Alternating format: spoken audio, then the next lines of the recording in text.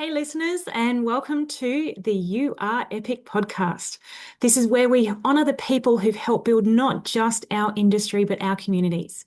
I'm Angela Hucker, and I am so glad that you're here. So, I'm taking the time to sit down with people who've been in construction for years, people who've been through the ups, the downs, and everything in between. You're going to hear real stories of resilience, growth, and moments that shaped who they are. This podcast is for those that want to learn more from people who've been walking this path for some time, and they're helping to lift up others and quietly making a difference along the way. It's also to show you that your journey matters and your voice matters. And in case you've forgotten, you are epic. Let's get into it. Today's guest is Greg McDonald, a respected safety and training leader with decades of hands-on experience across construction, civil, mining, and industrial sectors. A former tradie turned mentor and advocate, Greg's career journey spans from the tools to frontline safety leadership. He's passionate about mental health, workplace culture, and diversity, and he walks the talk, founding the Our Heroes initiative to support families impacted by workplace fatalities. Greg brings wisdom, lived experience, and a real heart for people. Today, he shares his story, the lessons he's learnt, and the powerful change he's helping to drive in the industry. So thanks for joining us, Greg. It's a real honour to have you here. It's a pleasure, Ange. It's exciting to be here. So what we might do to start with is just ask, how long you've been in the industry, how did you get started, and what's your current role that you're doing at the moment? 5 decades I've been in the industry, a cross-section of mining, construction. Started as apprentice carpenter and over the years progressed into different fields in supervision, safety, training and so forth. But training is in my DNA basically, to share my experiences and other people's experiences for a safer and more diverse workplace. Currently at the moment, I'm a senior training advisor for a RTO, and we deliver a multitude of various courses throughout the whole sectors that I just previously mentioned. So 5 decades, that's a long time. I Yeah, think it's a you're long the time. I think you're the person who's got the most runs on the board that I've spoken to so far. Yeah, So thanks for that. Yeah. so what's some of the in the 5 decades that you've been across these different industries, what's some of the standout things that you've noticed over that time? Progressively, there's been diversity in the workplace. There's been a change, more so in the last couple of decades, where we're actually having across the board as far as age groups, genders, and cultures that have been more introduced, where it was traditionally a sort of a sector that had a certain category of people or workers, if you like, but now it's become really diverse, especially women in construction and mining across the board, really. So it's been a significant change, which is great. Sort of advocate that as far as more females in the workplace, and yes, which brings creativity, reliability to the work front where it hasn't in the past. And I know diversity is something that's very close to your heart. Would you like to share a little bit more about that? The reasons why you're so passionate about this space? Diversity itself is in a workplace is a safe and welcoming workplace. Okay, and along with that comes values, and also and pathways to success. So, but the values is the most important because in a number of sectors with a number of companies or a number of environments, we do have values, but those values are sometimes not followed up with, more in regards to the awareness. So when it comes to respect, teamwork, leadership, it's all said, but we don't actually. What I've seen is that we don't provide more educational awareness in the diversity in the workplace, covering those areas that are actually portrayed out there that we must sort of follow and abide by and respect, really. So yeah. And so with the with values, like have you seen some companies in your time that have done values really well and embedded it really well? I think the yeah, I think majority of companies, I would say, through my experience over the years, probably close to 90% would be advocating diversity in the workplace and the values that come within that workplace and what the company actually prides itself on.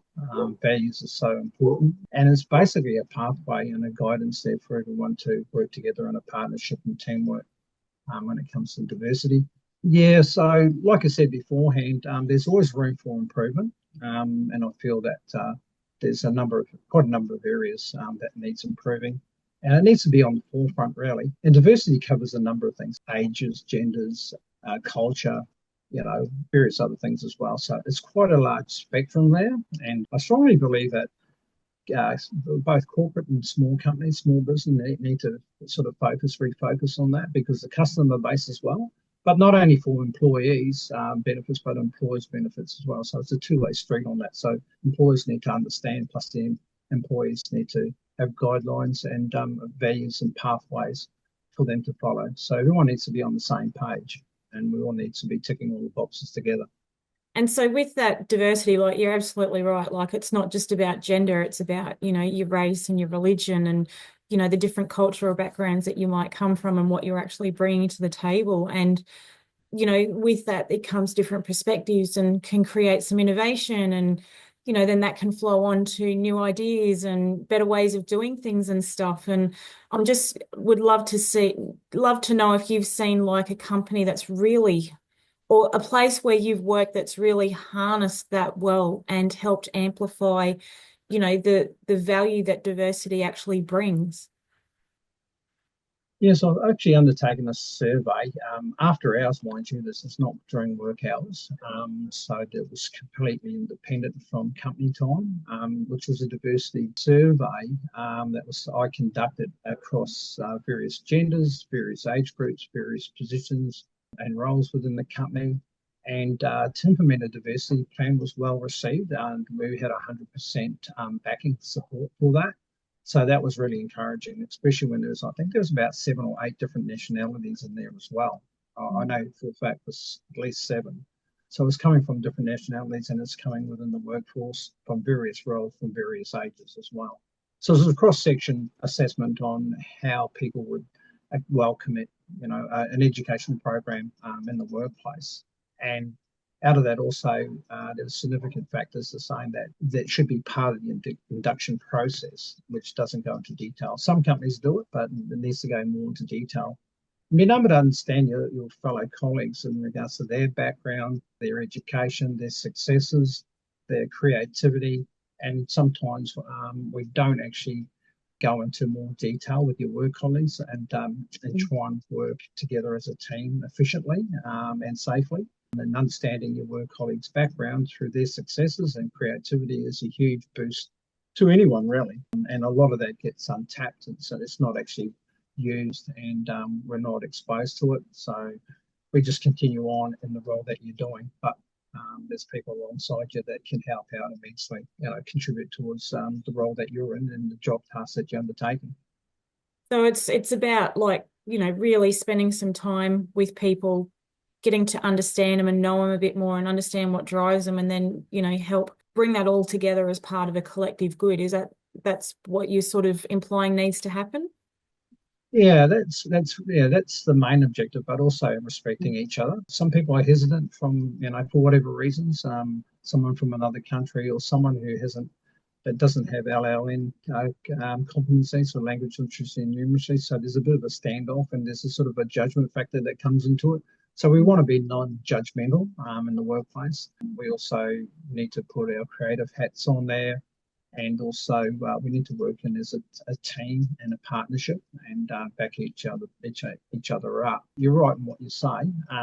Big thing, well, not a big thing. The growing concern at the moment. There's a lot of psychosocial, as I said, in the workplace, and they are barriers for this not to go ahead as far as diversity in the workplace. So being able to understand what you can say and what you can't say, when to say it, and how you say it. Speak to people. You speak with them. So there's a lot of approaches towards trying to achieve those goals as far as a diverse workplace. So it's not only the goals that you need to set out and values, but it's how you actually implement those values and how you go about that. Yeah, absolutely. It's a big part. And it's, the thing is values aren't just word on a paper. They've actually got to be lived and breathed at all levels every single day. So, and enforced Yeah, continually. So, yeah, so true. Yes. so with you touched on about the women in construction part earlier, and I know that you've been a great male ally to me personally as well. There's obviously a lot of focus on this, particularly at the moment with getting more women into the industry and stuff, but we need men to help be part of that change. And what sort of qualities do you think would help men be, really good male allies to women entering the construction industry? I think the thought process, I think females bring to the workplace a more astute thought process and mindset to a lot of tasks and projects. Coming from a background of, I have 9 females in my family, so I certainly get tuition from them on what I'm doing right and what I'm not doing right on that. So I've got quite a few mentors, if you like, from all age groups Yes. on that. So, but yeah, getting back to your question, I think it's just the mindset and the thought process sometimes can be a bit more structured, if you like, than ad hoc. There's thoughts that go into decision making than rather just spur of the moment based on emotion or previous experience, and rather on probability or more so proficiency rather than that's more so the point. You can do things a lot simpler and more proficient and efficient to get to the end result. Thanks for sharing that. I mean, it's an important part because we need everyone to be part of the journey, but we need to see the value in what people are bringing to the table as well. So Sure. Yeah. Yeah. that's the big part. And yeah, and it's so important to have men on board with this. So one thing that I'd love to hear more about is, we touched on about how you've set up the Our Heroes to help support families as a result of workplace fatalities. And I'd love to sort of understand more about what you're seeing as to what's happening in this space and why you've felt the need to be able to do this to help the families that are left behind. Through my own personal experience, sad to say, I've lost some close friends and colleagues that are no longer with us. And what I've found is that in due time, that the families themselves don't have the ongoing support, unfortunately and sadly. There's a lot of preventative programs and projects and services beforehand, just to be safe in what you do within the workplace. Unfortunately, we do have fatalities in the workplace for whatever reasons. Once time goes by, those families are left unsupported by the industry sectors, and that's across the board, even colleagues as well. So the idea is to keep their memory in place and sort of thanking them and the family and help them through the hard times of going through the grieving process. So to lose any loved one, it's not a 6 month sort of thing; it's a lifetime. Basically, a lot of fatalities we have, well, all are preventable, and we can actually step up several levels to be able to learn from those and implement safer measures and procedures so that it doesn't actually repeat itself. And on that, so it's a big task, but apart from that, being able to provide an awareness program out there as well to all employees and employers on to having a safer workplace, and we really need to exhaust ourselves in that. So there's new measures and procedures that, through my experience, need to be implemented. There's a few gaps in the industry that people fall through, and it's all about accountability. But at the end of the day, you want to have everyone, no matter what sector you're in, you want to go home safe each day, or your shift or your swing to your families. So that's paramount and that's so important. So we need to have measures into place, and in some places, or in most cases rather, it's the same old, same old. So we really need to make a left field change or change something that's imperative and it makes an impact to what's currently there now, because what's currently there happening at the moment, it's not improving. I think on average, construction and mining, it's a collective, I think it's something like 200 fatalities a year, a cross-sectional number of the workplaces as well, mind you, in the workplace, 200 too many on average. So we need to, and it's been consistent year after year for the last last decade or so. So what measures we have in place at the moment, I feel that there needs to be additional measures to change those trends and those benchmarks and reduce it right down. And yeah, Our Heroes has a few ideas as far as safety awareness programs within the workplace, and that's something that can be contributed towards reducing those figures and those trends. Yeah, so Your Lives Matter program that we're working on at the moment. So what does your life matter? Why does your life matter? And what's it to you? What does it mean to you? So yeah, it's an exciting time. So we're just going through the setup phase of that, not only education programs, but a pathway for someone to talk to as well.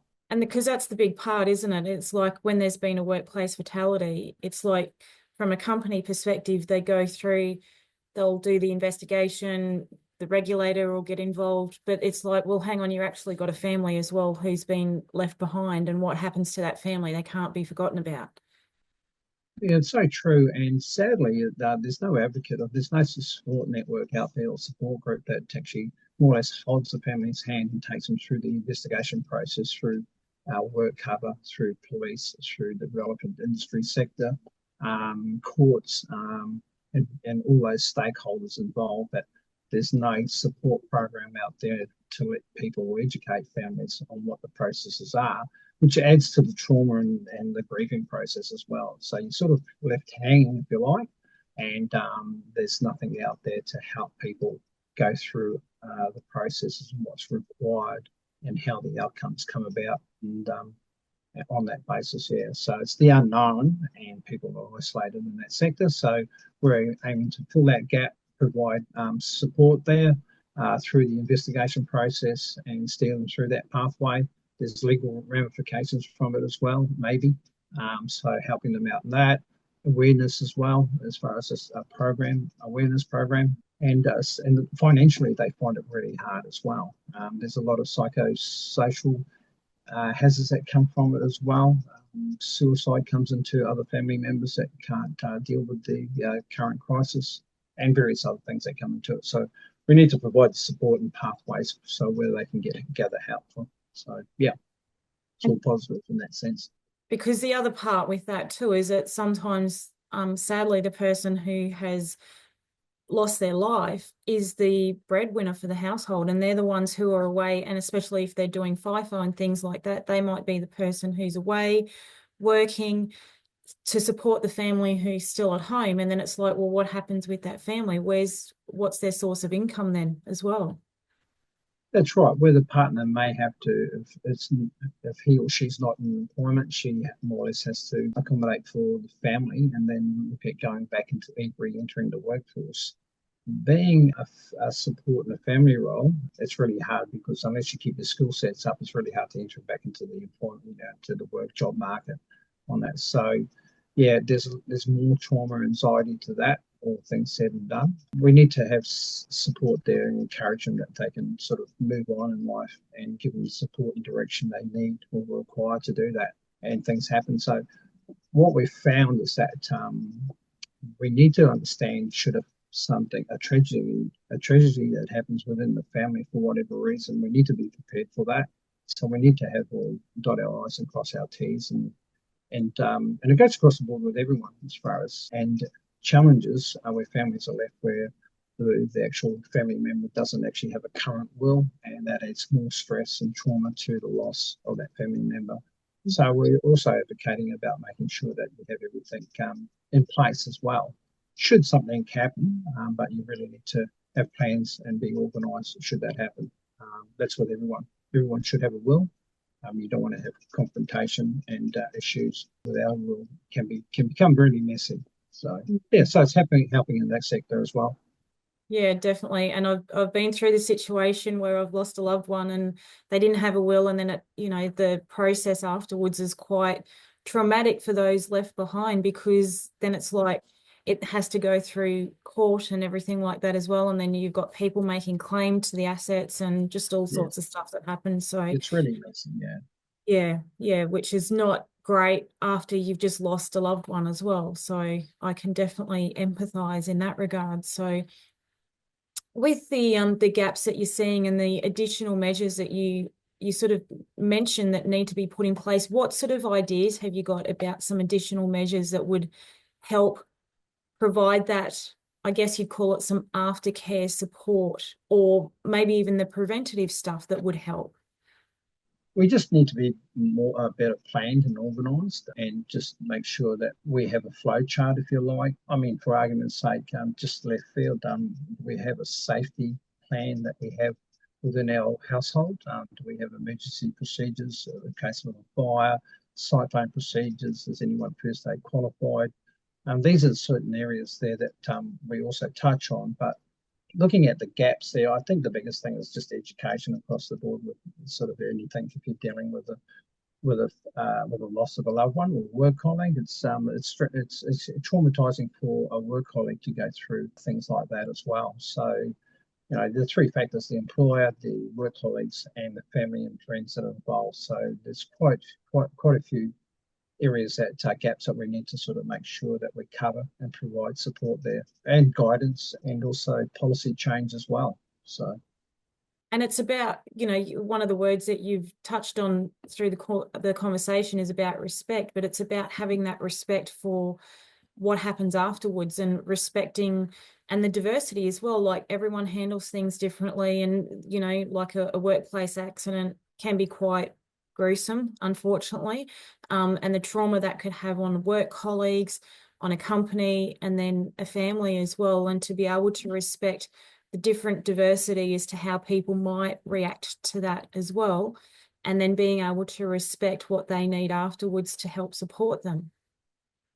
I totally agree, Ange. The word respect, and I look at respect, and respect comes to behaviour and attitude and outlook and your values as well. So you sort of look at everything in life where it's based on our behaviour, and then that's also supported with the attitude on how that behaviour is actually rolled out on that. So yeah, so they're key elements there in regards to respect is actually behaviour and attitudes to everything that we do. So for our families, for within our workplace.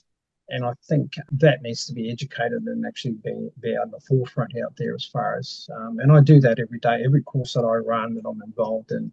I make that a clear point that behaviour and attitude is what will bring you success, but also to bring that success in a safe and meaningful manner. Okay, so you can get success, but you've got to make sure that you do it with the right behaviour and the right attitude. Mm. And I can see how through your career journey, it's kind of led you down the path now of, in the safety space and in the training space as well, because you're trying to get to the part at the beginning to help with the preventative stuff. So what do you think, like you touched on about policy and government and things, what do you think could be done better at a federal, state, regulatory level, whatever that may be, a company level? What do you think could be done better to help be more preventative at the very front end? Yeah, good question, Ange. I've sort of thought about that for some time now. And I think industry sectors and stakeholders have a due diligence and a duty of care, which is known, which is part of the charter of each company on how it's made up. That you provide a safe workplace, provide training, provide safe equipment for your employees to undertake their work tasks in a safe and professional and competent manner. What I think would be beneficial is I think we really need to, in each state and territory, is to actually have a forum there where it's improvements on safety. So it has a number of key stakeholders and keynote speakers that are specialised in certain areas, but not only in a management role, but also on the shop floor level as well, the ground floor. And these are the issues and these are the trends, and we need to go through and we need to have discussions, dialogue on everything, on what improvements can we make on the status quo. And we need to do that probably on a regular basis, maybe twice a year, on identifying the issues that we have, actioning on those issues, and coming back together to make sure that those issues have outcomes. And the actions that we have are being progressed, and we have outcomes at the back of that. So, as an industry responsibility for industry sectors, that goes across the board with all industries, that we really need to actually have a safety forum, if you like. How that's structured, I've got my thoughts about that. If we continually have challenges out there and they're not reducing in numbers, we really need to sit down and ask ourselves why and how do we reduce those numbers. And it may be left field, it may be something totally left field and totally different.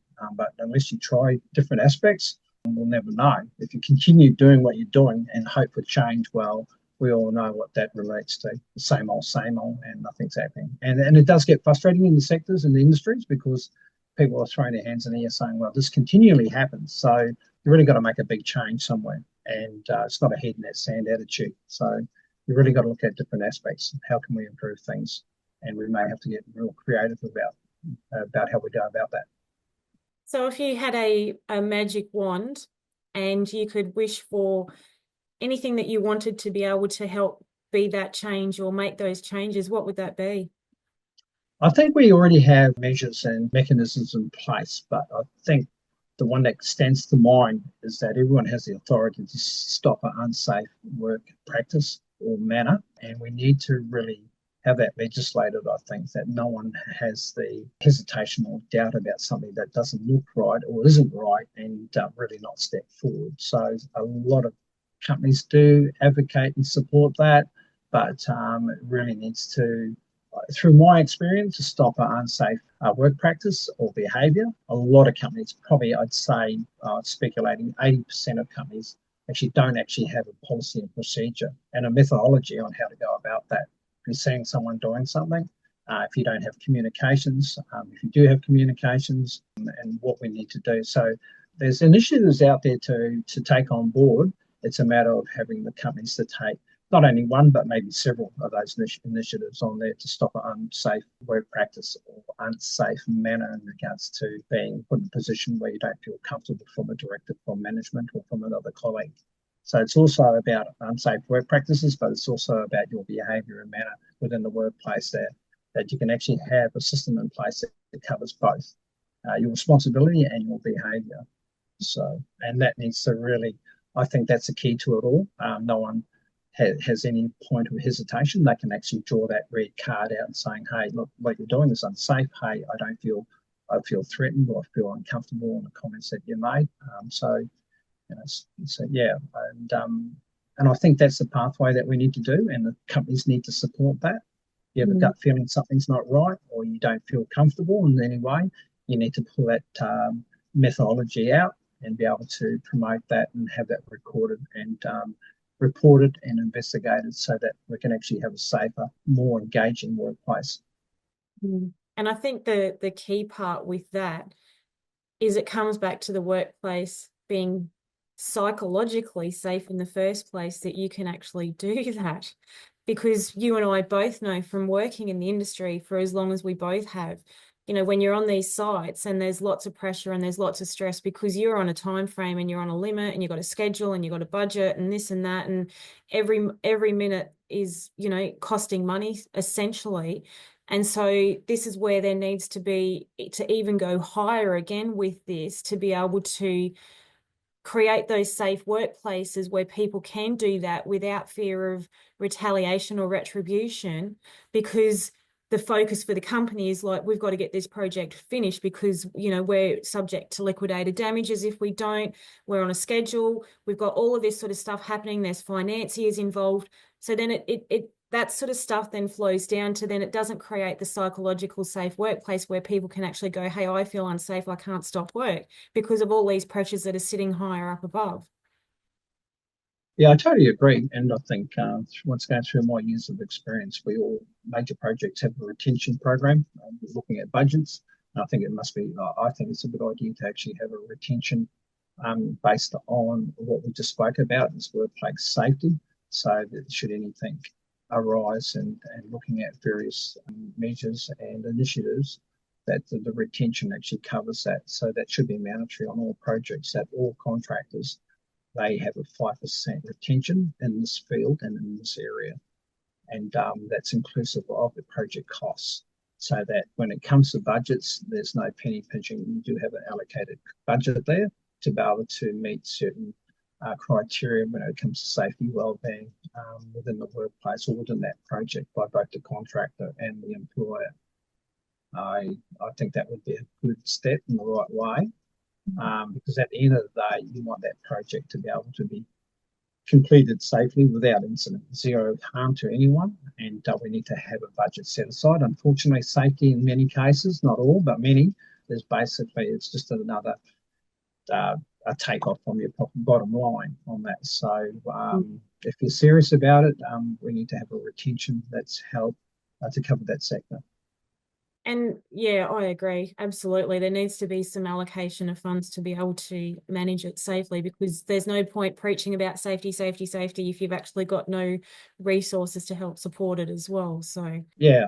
So there's a number of things that drop into that. I mean, And it'd be interesting to see what safety budgets, when you actually dissect the safety budgets on what initiatives are actually in that budget itself. It's more or less more material based, not so much on the awareness side of things or the repercussions should anything happen there.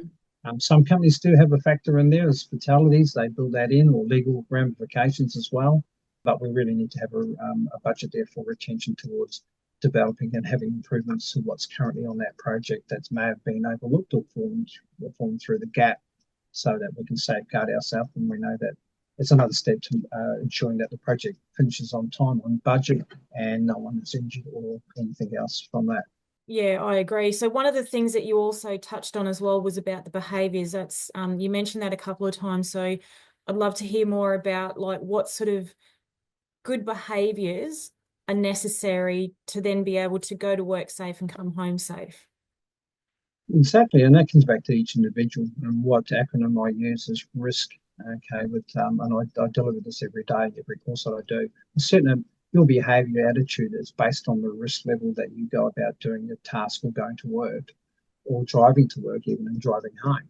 So, and that is, I'll break that down into we don't rush. Okay, as soon as we rush, something happens. Mm. And I ask for information. If you don't have enough information, you need to stop and ask for it. And it happens so many times that people continue on doing a work task and they're just sort of soldiering away through it, but don't have all the information that's available. And they just think on their own accord. And it can be a safety breach. It can be dangerous. It can be non-productive. It can be a number of sectors there. If you don't have the relevant information, you need to stop and ask for more information. The S part of it's very similar to rushing is we don't take shortcuts. As soon as we take shortcuts, there's outcomes of that, and they're not favourable outcomes. And in life, I think everyone's taking shortcuts, and they wish if they had time back, that they wouldn't take those shortcuts. So, shortcuts at workplace and shortcuts at home with your family. So, you really need to look at that. So, the acronym covers not only workplace, but in your home environment and community as well. So there's a certain amount of risks that we do, and we just got to calculate those risks. And that's all based on your behaviour and attitude on that. So, and the last one is knowledge, qualifications, and experience, and competency and confidence. If you don't have any of those there, okay, don't delegate to someone who's not qualified to undertake a task if they're not qualified or competent. They may be qualified, but they're not be competent in that sense, or confident and have the knowledge to be able to do that. And we don't instruct anyone to do something that they're not qualified to do on that. So there's a lot of, that's a high risk area that we need to maintain, and having the right people to do the right job, and so nothing can go wrong. So yeah, so the acronym of risk is broken down on behaviour and attitude. Yeah, I love it. And that's a good acronym to use, and it's easy to remember, and it'd be good for companies to just like really just adopt. That's like a quick win, isn't it? That a company could easily adopt to this is how you actually manage your risk to be able to go to work and then go home safely every day. Just remember Yeah, this every that's time fine. you're doing a task. Ask. Yeah, I totally agree. And I think life in general, if you try and keep things simple, Yeah, people can follow and not have it too complicated. correct. Yeah. And there's a lot that seems to be overcomplicating at the moment, and it's unnecessary because people are getting lost in the mix with it and not staying. So, Yeah, exactly. Yeah. So my philosophy is keep everything simple, straightforward, clear, yeah. and if in doubt, shout out. Okay. Yes. And more importantly, and I advocate this again through all my day-to-day work practices, is to make sure that you follow instructions as well. Don't go off and go and do something. You may be a good Samaritan, you don't do something, but if people are not aware of what you're doing, or when you've gone to do something else, you just got to really stick to the instructions that you've been given and question those instructions as well. Okay. Ask the question why on that, and then maybe look at, can I do it in a safer manner? So it's all about your risk assessment as well. But at the end of the day, it's crucial that you follow instructions. Once you go off that task or that tangent or off that pathway, you're putting yourself and others at risk. Yeah, absolutely. Absolutely. And that's the thing that, that's why I can see you're so passionate with and why you've set up the Our Heroes, because just the way your whole life is, like, I can see it's actually part of a greater purpose with, helping to keep people safe and train them properly and support them properly and just make sure everything is done in the whole ecosystem so they've got everything that they need to be able to come home every day to their families. Yeah, and I'll just touch on that too, and just because I joined Surf Life Saving organisation when I was 15, and from that point, it was basically safety and preserving life was DNA into me at that age. So it Mm. was there to preserve life, support, and improve. So I've sort of carried that through from an early age, and I'm very fortunate, very grateful to be part of any organisation that promotes those sort of life skills. And as you grow older and that, and wiser, you actually portray that and those values, if you like, and those behaviours on just preserving life and being preventative measures and things like that. If you can help in any small way, that's a great thing. That's all you ask for. That the information that you've got, you can actually help people in a journey in life to stay Mm. safe. You learn from these opportunities, and I Yeah. think once you get through life, you have a responsibility to share with others. And I say that with each training session that I have. I'm here to deliver content, but more importantly, we're here to learn. It's a learning hub. So share anything that you have, either through your own experience, through safety, or through whatever your role is, share it with the rest of the group so that we can all learn and add to our life skills. And then I can share that with other students and other trainers as well. Yeah. So it's all about sharing the knowledge to others to ensure that they have a safe pathway in life. Yeah, that's it, because we all learn from each other. So, there's no point keeping it to yourself when it can actually help and be part of the collective good. So, Yeah, very much so. Yeah. So yeah, we yeah, feed off each other and we encourage each other, support each other, and promote each other as well. We don't promote our colleagues as much as we should do. Give recognition where recognition's deserved. And it's mm, always good to give someone a pat on the back, and yes, no matter how small or how large they contribute to something. And that's another thing that I advocate as well, is to give praise to people that have come up with some creative idea that can make the workplace more efficient and more and safer, and that adds value to the business and the project as well, obviously. Well, a thank you goes a long way. And I mean, it doesn't need to be a big fanfare, but just even a thank you and an acknowledgement can actually help make such a difference to someone, because it makes them want to keep doing more positive things as well. So, Oh yes, it's just positive vibes and positive energy. yeah, And when you leave on a conversation with a positive comment, it's always a good thing because you always remember that in your last conversation. So yeah, it's a good absolutely. behaviour. It's a good attitude to have. So praise each other. Yeah. Excellent.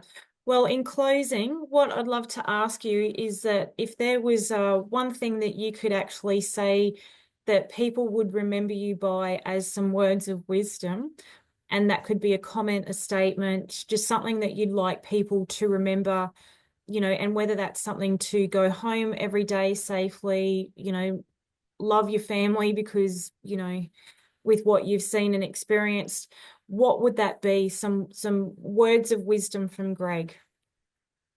I touched on it before and a couple of times. Okay, the word respect each other from all angles, and with that is supported with your behaviour, which is welcoming and understanding, having an ear to, in that sense, and having a positive attitude towards everything in conversation is key. So yeah, respect and those two key points of behaviour and your attitude in life, that will set you on a successful pathway, no matter which way you go. And you can take that home to your family as well. So not in the workplace, but to have those behaviours and attitudes at home as well. So yeah, I think the word respect for each other. I love it. And it's so important because, when you're showing respect to others, it means that you respect yourself as well, which means that, you can be a little bit safer as well. So, Yeah, respect is communicating and caring as well. So being respectful for someone that you care for them in a way, to whatever role or the conversation takes. So, and you feel interested in people, make them feel important, make them feel yeah, welcoming, and yeah, so all those life skills come into it. Okay, so under respects is you could probably have 20 odd key points, sayings, or points that come through on that. So yeah, that would be the last one. It would be respect for each other. awesome. No, and it's so valuable because if people were a lot more respectful, the world would probably be bit of a kinder place as well. So, Yeah, and I respect you for what you're doing and what you have done in the past. And for people that don't know, we go back quite a few years, and we bounce ideas. We share our heartaches and challenges with each other, and just get a friendly reminder, and keeps our feet on firmly on the ground as well, which we need. We need mentors. We don't have enough mentoring. It's another area that we need to have. We really need to have mentors at home and family life, which we normally do, an uncle or an auntie or someone like that. And the workplace should be same as well. We should have mentors there that you catch up with and go through and look for advice and support. And that goes both ways as well, the mentee and the mentor. So it's good for a mentor to actually have someone that they're supporting, you know. absolutely. No, I love it. I love it. Well, thank you Mm. so much for sharing all Thanks, your Ange. decades of experience with us and the passion that you've got to help make people a little bit safer. It's something absolutely necessary and so vital because we're dealing with lives here. So it's very important and everyone to remember the ask part as well because it's something that can help keep you safe. So thank you for joining us, Greg. We really Thanks appreciate for having me. I really enjoyed being on here. A privilege actually to be on here. So yeah, thank you. You're welcome. Thank you so much for taking the time to listen to this episode today. I hope this conversation gave you something that you can take with you, whether it be a little bit of insight, inspiration, or maybe just a reminder that you're not alone. If it resonated with you, please share because we're better when we help build each other up. And remember that your experience, your story, and your journey, it all matters more than you know. Until next time, stay kind, stay connected, and never forget